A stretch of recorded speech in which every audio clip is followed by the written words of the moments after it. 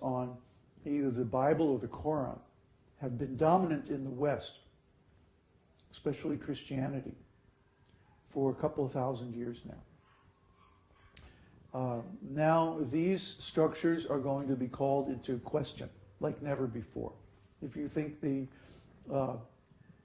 revolution of going into the Eastern religions was heavy in the 60s and 70s, that's nothing compared to what's going to happen in the next few years. Many, many millions of people are going to start strongly questioning the roots of Christianity and Islam, because those are both actually political movements, not spiritual movements. For example, let's take Christianity, because that's better known in the West than Islam. The history of Christianity is that this extraordinary being, Jesus Christ, showed up in Palestine, and then he disappeared for a while. And we know that he went to India, and then he came back. And within 2 or 3 years, he caused a revolution that was so serious and so threatening that the local Jewish leaders threw together a bogus criminal case against him, and they tried then to kill him. Of course, they couldn't kill him, and then he disappeared,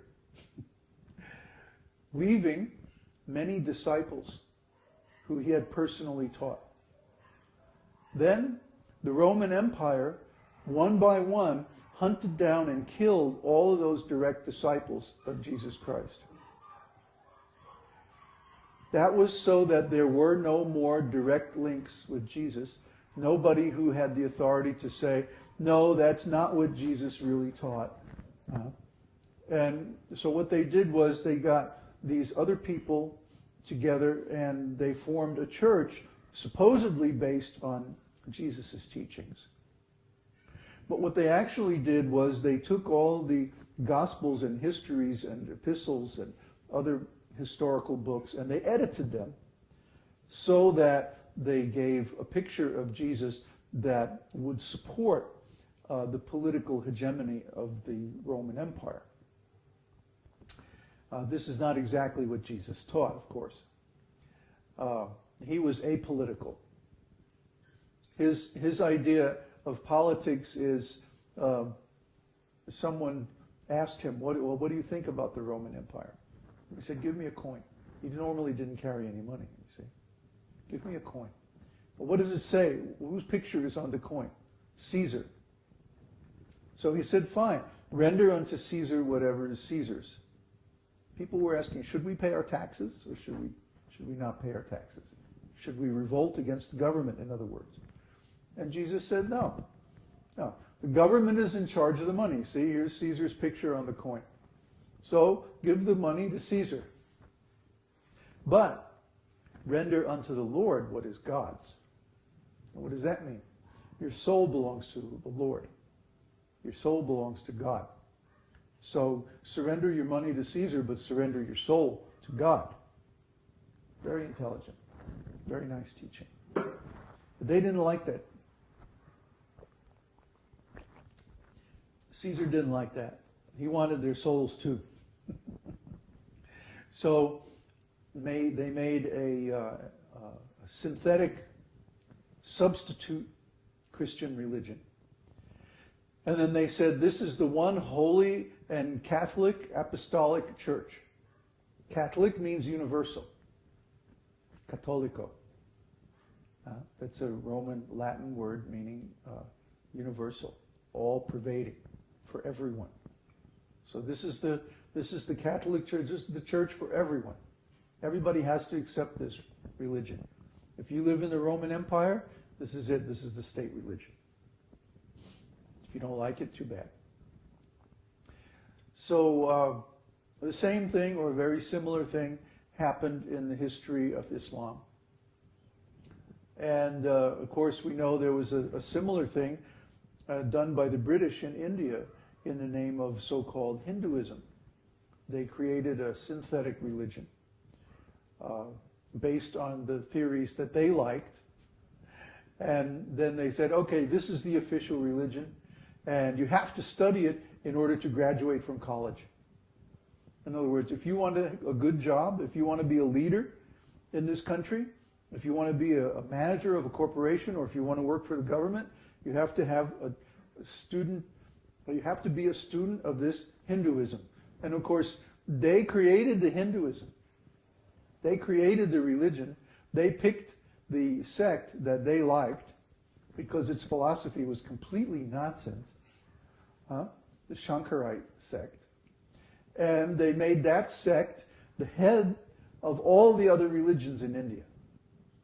In other words, if you wanted to have a temple, if you wanted to have a church, if you wanted to have a spiritual group in India, you had to accept, you had to register with the official government agency, and that agency was controlled all by Shankarites, all by people following the philosophy of Shankara.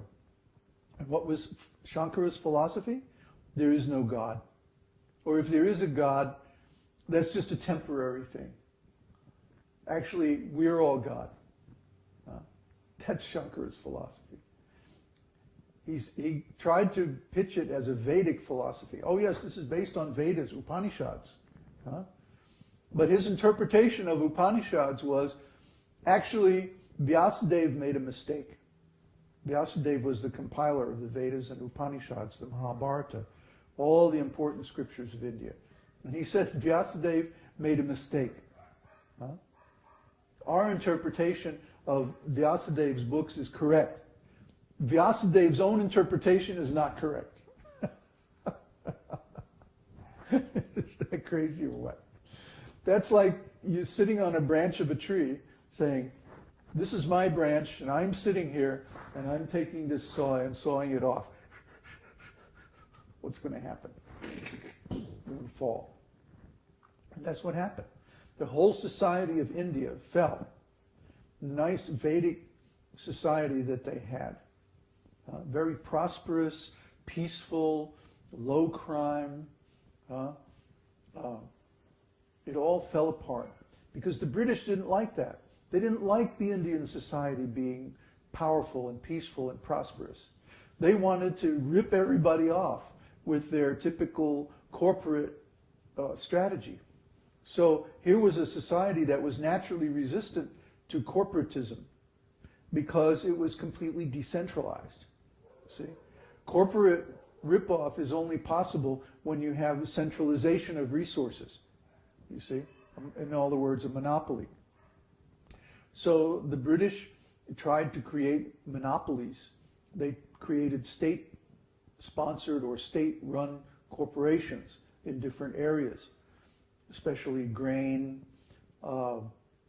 like wheat and rice, spices, oil, vegetable oil at that time was very important, even water.